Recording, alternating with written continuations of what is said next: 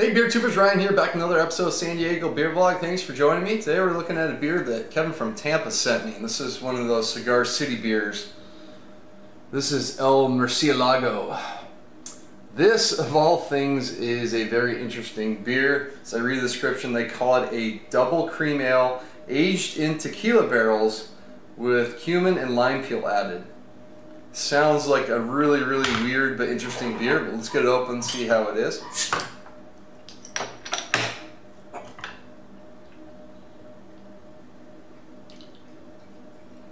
Now, I haven't reviewed any cream ales, let alone I've had a couple, but I've never had a double cream ale.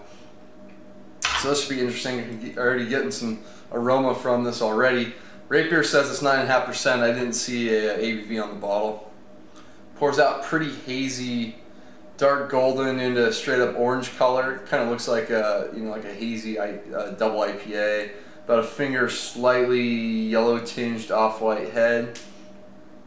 A little bit of legs on the glass. Mostly small bubbles. Decent carbonation, good amount of carbonation coming up on this. Oh, let's get the aroma on this one. Oh wow, that is weird. Right away I think this would be a great beer to have with Mexican food. I mean, no question. This, you get the cumin right off the bat. I mean, it has that earthy sort of dirty feet smell to it. And then you get some that agave note, that sweetness, mixed in with a touch of lime in there. I don't know. For some reason, the cumin's a pretty potent spice, so it's kind of dominating the aroma. Yeah, maybe a little bit of woodiness. Some big bready notes underneath. You know, traditionally cream ales I think are brewed with corn, or at least partially brewed with corn. So I think you're getting some of that kind of graininess playing through. This would be a hell of a beer to have on Cinco de Mayo here in San Diego. But let's give this one a try. Cheers.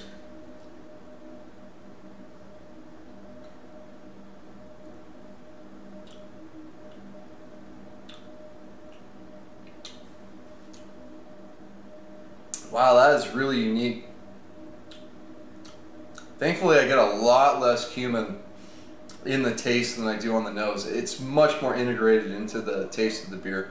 So up front, you get a big sweetness, real big fruity notes, slight caramel, mostly big sweet bready notes.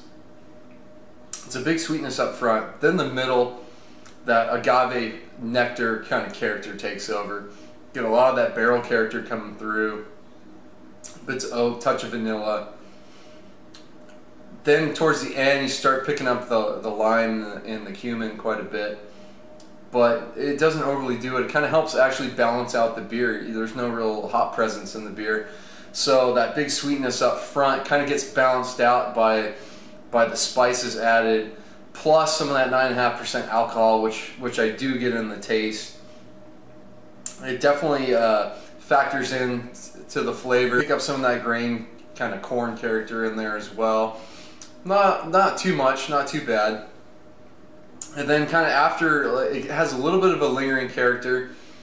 Once that kind of lime and cumin character fades away in the finish and the alcohol's gone, it's sort of kind of that sweet agave character kind of comes back around when you get some of those flavors coming up. So this is a really interesting beer, and as I review it, I'm trying to figure out like actually how much do I like it. But it's got a really good tequila agave character to it, which I do enjoy that. This might be the first actual tequila barrel beer I've had. I can't remember if I've had another one before. I've had some agave beers that actually use the agave to brew with the beer, but not necessarily like this one that has that oak component to it.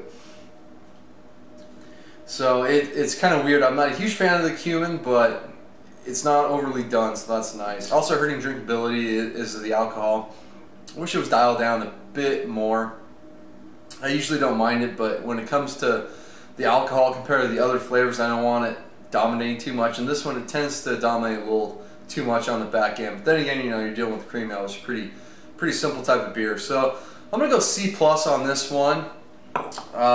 It's really unique. I recommend checking it out if you think it's interesting. I'm glad I got to try it. Thanks to Kevin in Tampa for sending this one my way. I mean, Cigar City's doing some really weird stuff, and this is definitely one of those beers.